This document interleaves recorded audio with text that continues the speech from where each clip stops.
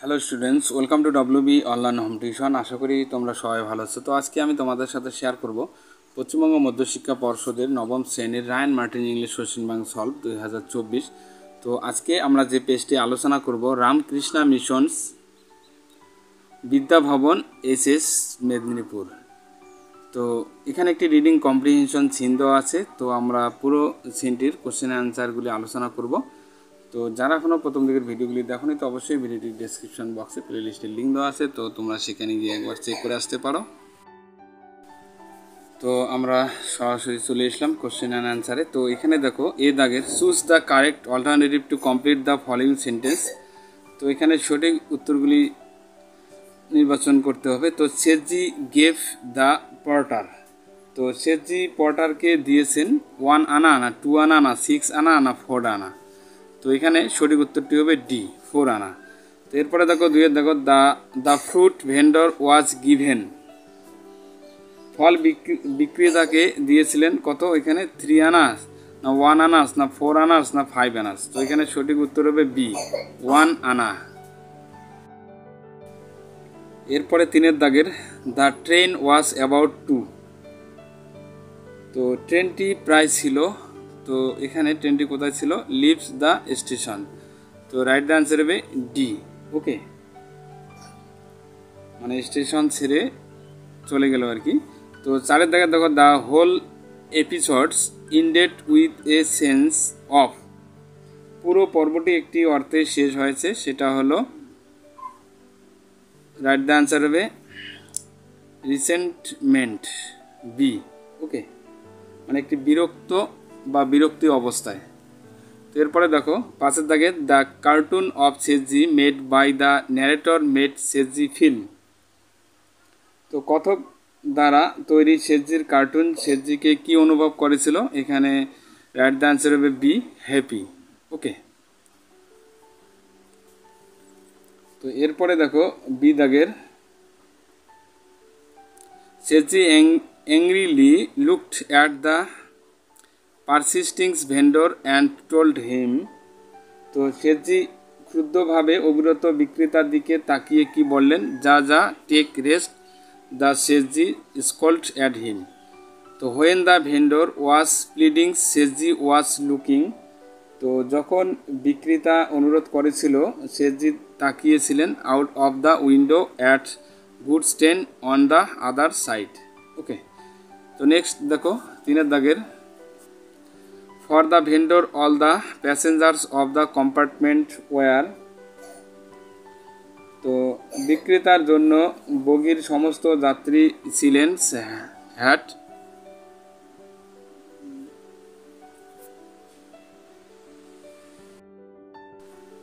Hat sympathy, SYMPATHY, sympathy হবে এখানে। তো এরপরে দেখো সি দাগের, answer the following question. How did the vendor continue to plead for his money even after the train started moving. তো train চলতে শুরু করার পরেও কিভাবে বিক্রেতা তার অর্থের জন্য অনুরোধ করতে থাকে? The fruit vendor first ran along with it, then got on to the footsteps and clung to the window pleading. তো এরপরে দেখো 2-এর দাগের,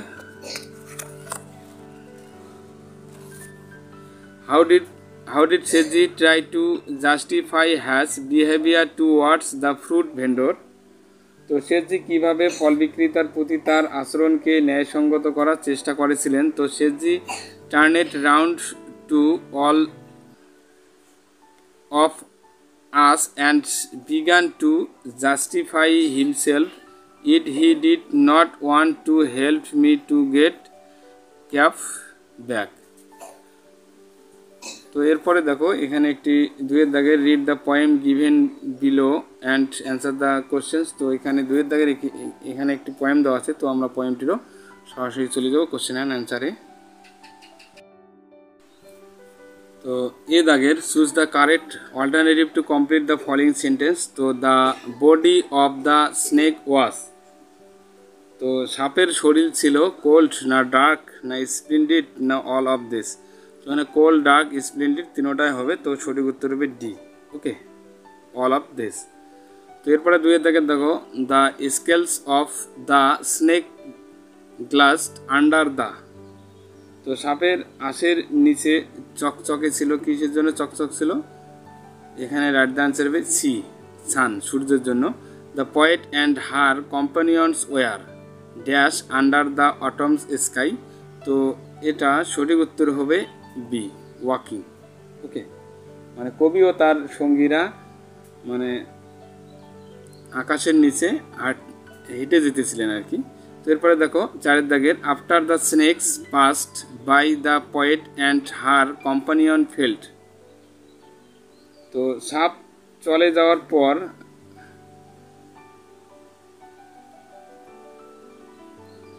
তো হাঁটতে হাঁটতে কবি ও তার সঙ্গীরা কি অনুভব করেছিলেন? তো এখানে হবে টেনসেট। তো রাইট দ্য আনসার হবে সি। ওকে, তো এরপরে দেখো, এরপরে আমরা বি দাগের আলোচনা করব। State whether the following sentences are true false. তো এখানে টিএফ বসাবো আমরা, তার সাথে সাবঅর্ডিনেট স্টেটমেন্টও লিখবো। তো the eyes of the poet and her companion followed the snake. তো কবি এবং তার সঙ্গীর চোখ সাপটিকে অনুসরণ করেছিল। তো এটা অবশ্যই সঠিক হবে, টি বসাবো এখানে। The eyes of the poet still as we stood went with him as he went. তো বন্ধুরা, এরপরে আমরা আলোচনা করব 2 দাগে, দ্য স্নেক ওয়াজ টাইমিড। তো সাপটি ভীরু ছিল। তো এইভাবে আমরা লিখতে পারি, the snake was head down tongue flickering on the trail. এরপরে দেখো এখানে একটি রিডিং কম্প্রিহেনশন আনসিন দেওয়া আছে। তো পুরো আনসিনটি আমরা বাংলা মানুষের উত্তর আলোচনা করব। ওকে, তো during the early 16th century, 16 শতকের গোড়ার দিকে, the Mughal empire was still in its developing stage. Mughal সাম্রাজ্য এখনও তার বিকাশের পর্যায়ে ছিল। With territory won through grid and guild, ভূখণ্ড সহ কৌতুক এবং ছলনার মাধ্যমে জিতেছে। Babur the founder faces many challenges as he sought to solidify his rule। তো প্রতিষ্ঠাতা বাবর তার শাসনকে দৃঢ় করার জন্য অনেক চ্যালেঞ্জের সম্মুখীন হন। His most precious treasures was his son Humayun, the heir to the Mughal legacy। তো তার সবচেয়ে মূল্যবান ধন ছিল তার পুত্র হুমায়ুন, মোগল উত্তরাধিকারী আর কি ছিলেন হুমায়ুন। তো in 1526 Babur confronted a dreadful adversary Sultan Ibrahim Lodi in the battle of Panipat. তো 1526 সালে বাবর পানিপথের যুদ্ধে এক ভয়ঙ্কর প্রতিপক্ষ সুলতান ইব্রাহিম লোদির মুখোমুখি হন। This epic class wheel pivotal in Mughal history would bring an even more personal crisis to the forefront। তো এই মহাকাব্যিক সংঘর্ষ যদিও মোগল ইতিহাসের গুরুত্বপূর্ণ, এটি আরও বেশি ব্যক্তিগত সংকটকে সামনে নিয়ে আসবে। তো within 6 months of Humayun's arrival in the hot and humid climate of the Indian subcontinent, a mysterious fever had taken a severe toll on him। তো ভারতীয় উপমহাদেশের উষ্ণ ও আর্দ্র আবহাওয়ায় হুমায়ুনের আগমনের 6 মাসের মধ্যে একটি রহস্যময় জ্বর তাকে মারাত্মকভাবে আঘাত করেছিল। তো despite the best efforts of the court's physicians, the fever showed no signs of subsiding। তো তার দরবারের রাজদরবারের চিকিৎসকদের সর্বাত্মক প্রচেষ্টা সত্ত্বেও জ্বর কমার কোনো লক্ষণ দেখা যায়নি। The chronicles of that era unveil the grim situation as the royal practitioners found themselves at a loss. তো রাজকীয় অনুশীলনকারীরা নিজেদের ক্ষতির সম্মুখীন হওয়ায় সেই যুগের ঘটনাবলী ভয়াবহ পরিস্থিতির উন্মোচন করে। They resorted to an ancient rite, a last resort in medieval times when medical treatments had failed, a ritual that sought divine intervention to transfer the illness.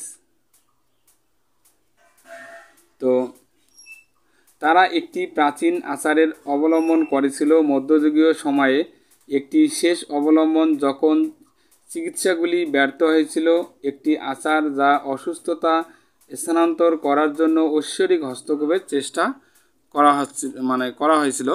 The suggested source of the hakims was the legendary Kohinoor diamonds gifted to Humayun by the grateful family of the kings of Gwalior Bikramjit.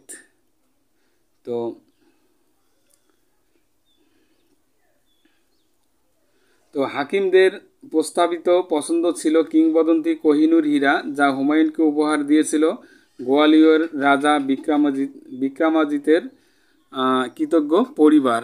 তো this diamond was considered a valuable offering for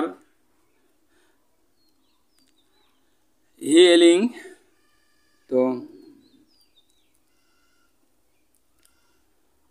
তো এই হীরা নিরাময়ের জন্য একটি মূল্যবান প্রস্তাব হিসাবে বিবেচিত হয়েছিল।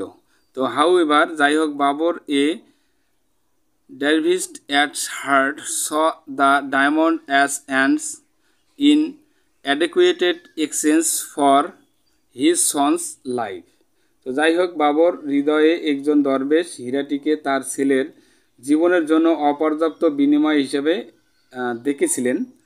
তো he recognised that he was the cherished object of Humayun's affections and made the ultimate decisions to stake his own life in the rituals, instead a profound act of paternal love and sacrifice. তো তিনি স্বীকার করেছিলেন যে তিনি হুমায়ুনের স্নেহের লালিত বস্তু এবং তার পরিবর্তে পিতৃপ্রেম ও ত্যাগের একটি গভীর কাজ আচার অনুষ্ঠান নিজের জীবন বাজি রাখার চূড়ান্ত সিদ্ধান্ত তিনি নিয়েছিলেন। তো Babur faced with the real possibility of losing his sons turned to the heavens in prayer.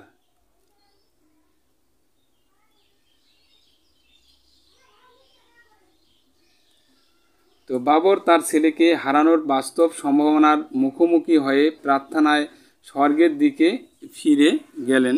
তো his plea was an action to the love he had for his son Humayun and the depths to which he was willing to go to save him.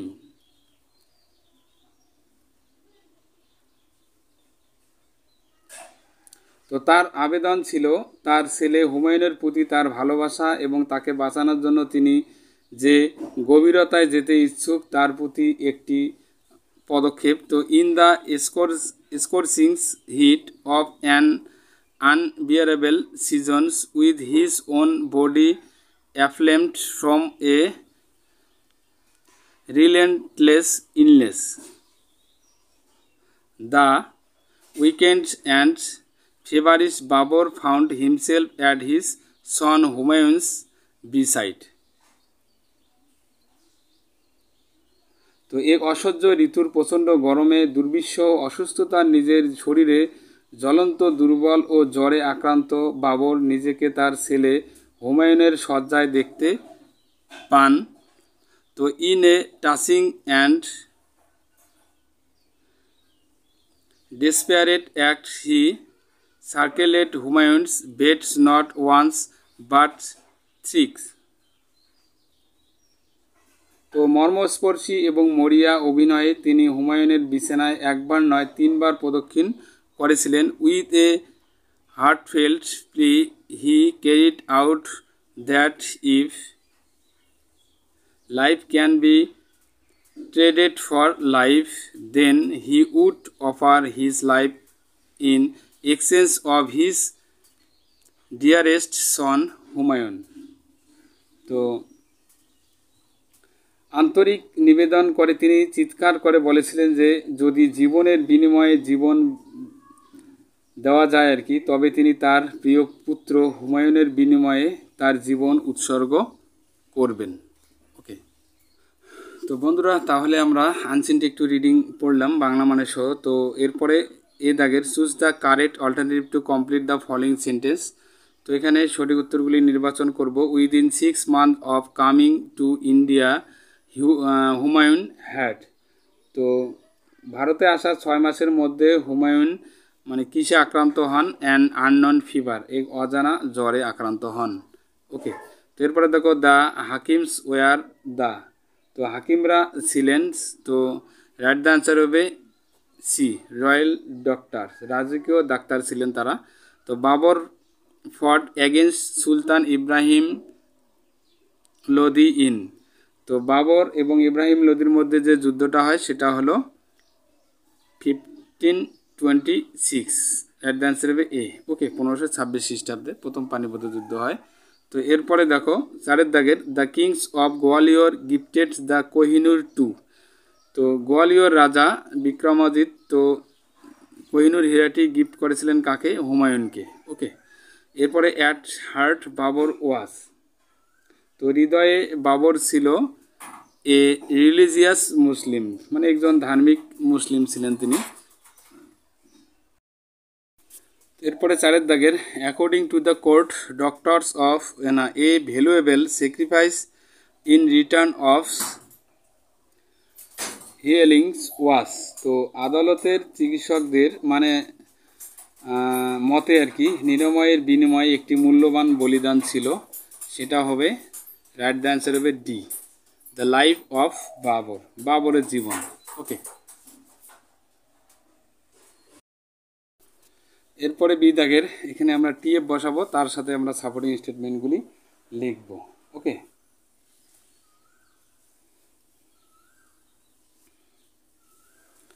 তো বির 1 নম্বর কোশ্চেনটি the Mughal empire was still in a developing states in the early 17th century. তো 17 শতকের গোড়ার দিকে মোগল সাম্রাজ্য তখন উন্নয়নশীল পর্যায়ে ছিল। তো এটা অবশ্যই ভুল হবে, কারণ 1700 না 1600। তো আমরা এখানে এফ বসাবো। The Mughal empire was still in a developing states in the early 16th century. Okay, এরপরে দেখো 2 দাগের Humayun was the heir to the Mughal empire and it is culture and traditions. তো হুমায়ুন ছিলেন মোগল সাম্রাজ্য এবং এর সংস্কৃতি ঐতিহ্যের উত্তরাধিকারী। তো এটা অবশ্যই সঠিক হবে। তো এখানে আমরা টি লিখব। তো তারপরে সাপোর্টিং স্টেটমেন্টটা লিখতে পারি। তো Babur most precious treasure was his sons Humayun the there to the Mughal legacy. তো এরপরে দেখো 3 দাগে during the ritual Babur circled Humayun's beds 3 times। তো অনুষ্ঠান চলাকালীন আর কি বাবর তার হুমায়ুনকে দেখার জন্য যে ঘরের ভিতর যান, তিনি তার বিছনার চতুর্দিকে 3 বার প্রদক্ষিণ করেন। তো এটা অবশ্যই সঠিক হবে। তো টি বসাবো। তো in a touchings and despair acts he circled Humayun's bed not once but thrice. তো এরপরে দেখো সি দাগের আনসার দ্য ফলোইং কোয়েশ্চেন্স। তো what was the last options in medieval times to cure a person when all medicines had failed. তো এখানে বলা আছে যে মধ্যযুগে একজন ব্যক্তিকে নিরাময়ের শেষ বিকল্প কী ছিল যখন সমস্ত ঔষধ ব্যর্থ হয়ে যায়। তো দে resorted to an ancient rite, a last resort in medical times when medical statements had failed, a ritual that sought। তো বাকিটুক আমরা ওই আনচিন থেকে দেখে দেখে লিখবো। ওকে, এখানে ডট ডট দেওয়া আছে। তো এরপরে দেখো দুইয়ের দাগের why did Babur decide a sacrifice his own life for Humayun's good health. তো বাবর কেন হুমায়ুনের সুস্বাস্থ্যের জন্য নিজের জীবন উৎসর্গ করার সিদ্ধান্ত নিয়েছিলেন। তো Babur cried out that it life can be traded for life that he would offer his life in exchange of his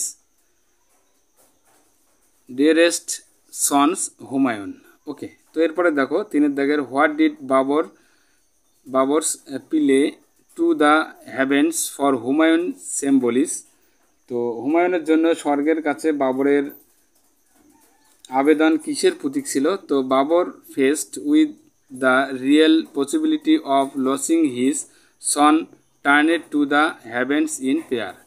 তো এরপরে দেখো চারের দাগের how was Babur's own health when he started the ritual for Humayun's life. তো বাবর যখন হুমায়ুনের জীবনের জন্য আচার অনুষ্ঠান শুরু করেছিলেন তখন তার নিজের স্বাস্থ্যটি কেমন ছিল আর কি। তো Babur own health the scorching heat of and unbearable seasons with his own body aflames from a relentless illness the weakened and feverish. Okay, তো বন্ধুরা এরপরে আমরা আলোচনা করব গ্রামার অ্যান্ড ভোকাবুলারির যে কোশ্চেনগুলি আছে। তো Satyajit Ray was a versatile genius his achievements the বসাবো এখানে the film making is only one side of that genius on the other side we find him as. তো এখানে আমরা অ্যান বসাবো an established author in Bengal short stories and thrillers. এরপরে B দাগের fill in the blanks with the correct forms of the verbs given in brackets. তো Indrajal or magics, তো এখানে আমরা কি বসাবো ইজ বসাবো। One of the 64 traditions of Indians আর ইট হ্যাজ বিন বসাবো এখানে has been practice from times immemorial our mythology too. তো এখানে আমরা কি বসাবো has mentioned tales of magics specially illusions. তো এরপরে দেখো সি দাগে ডু অ্যাজ ডাইরেক্টেড। তো ইট ইজ হার, তো এখানে ফরচুন আছে তাহলে Miss Fortune to loss her father at a very young age. তো এখানে প্রিফিক্স বসাতে পারি বা সাফিক্স বসাতে পারি আমরা, তো আমরা এখানে প্রিফিক্স লিখলাম। তো এরপরে দুইয়ের দাগের দেখো he wandered about from place to place he had lost his away. তো জয়েন বাই ইউজিং পার্টিসিপল করবো আমরা। তো he wandered about many place as he lost the way.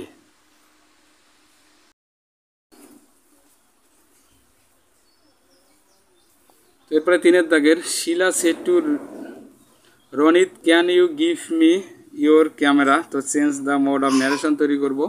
তো শিলা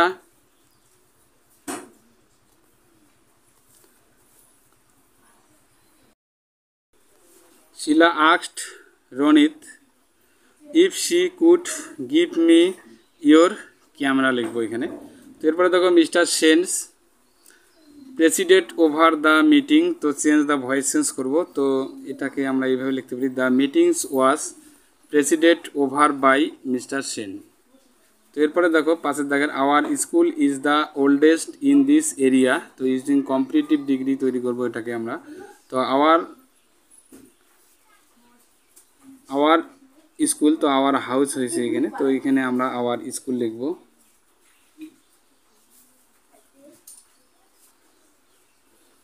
তো our school is as oldest as this area. Okay, তো এরপরে দেখো পাঁচের দাগের, তো এখানে আমরা পাঁচের দাগের গ্রুপ ভাব বসাবো। তো এখানে লিস্ট দেওয়া আছে, তো লিস্ট অনুযায়ী আমরা লিখব। তো your should control your anger, তো এখানে কন্ট্রোল আছে, তো কন্ট্রোলটাকে এখানে আমরা লিখবো হোল্ড ওভার।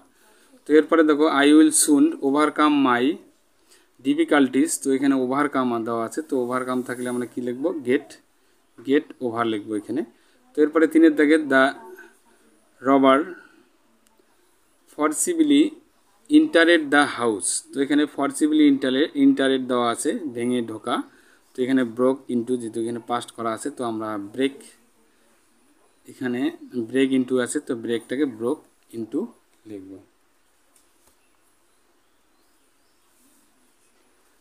তো এরপরে দেখো 6 দাগের গিভ বিলো আর্স দ্য মিনিংস, তো এখানে কিছু সমর্থক ওয়ার্ড দেওয়া আছে 3টি, তো আনসিন থেকে খুঁজে খুঁজে সমর্থক ওয়ার্ড 3টি লিখতে হবে। তো প্রথমটা হলো ডিটেলস বা রেকর্ডস, তো এটা আমি পাইনি, তো তোমরা যদি পেয়ে থাকো তো অবশ্যই কমেন্ট করে জানাবে কি হবে। তো এরপরে দেখো অ্যান্টাগনিস্ট মানে প্রতিপক্ষ, তো এখানে অ্যাডভার্সরি এটা পেয়েছি, এটা অ্যাডভার্সরি হবে প্রতিপক্ষ। তো ট্রেজার তো মূল্যবান, তো এখানে প্রেসিয়াস হবে মূল্যবান। ওকে,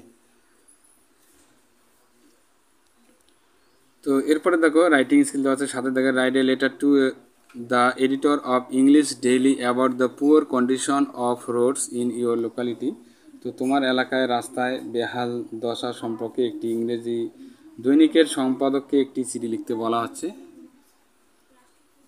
তো বন্ধুরা ভিডিওটি কেমন লাগলো অবশ্যই কমেন্ট করে কমেন্ট বক্সে জানাবে, এবং নতুন হয়ে থাকলে অবশ্যই চ্যানেলটিকে সাবস্ক্রাইব করবে এবং বন্ধুদের মধ্যে বেশি বেশি করে শেয়ার করবে।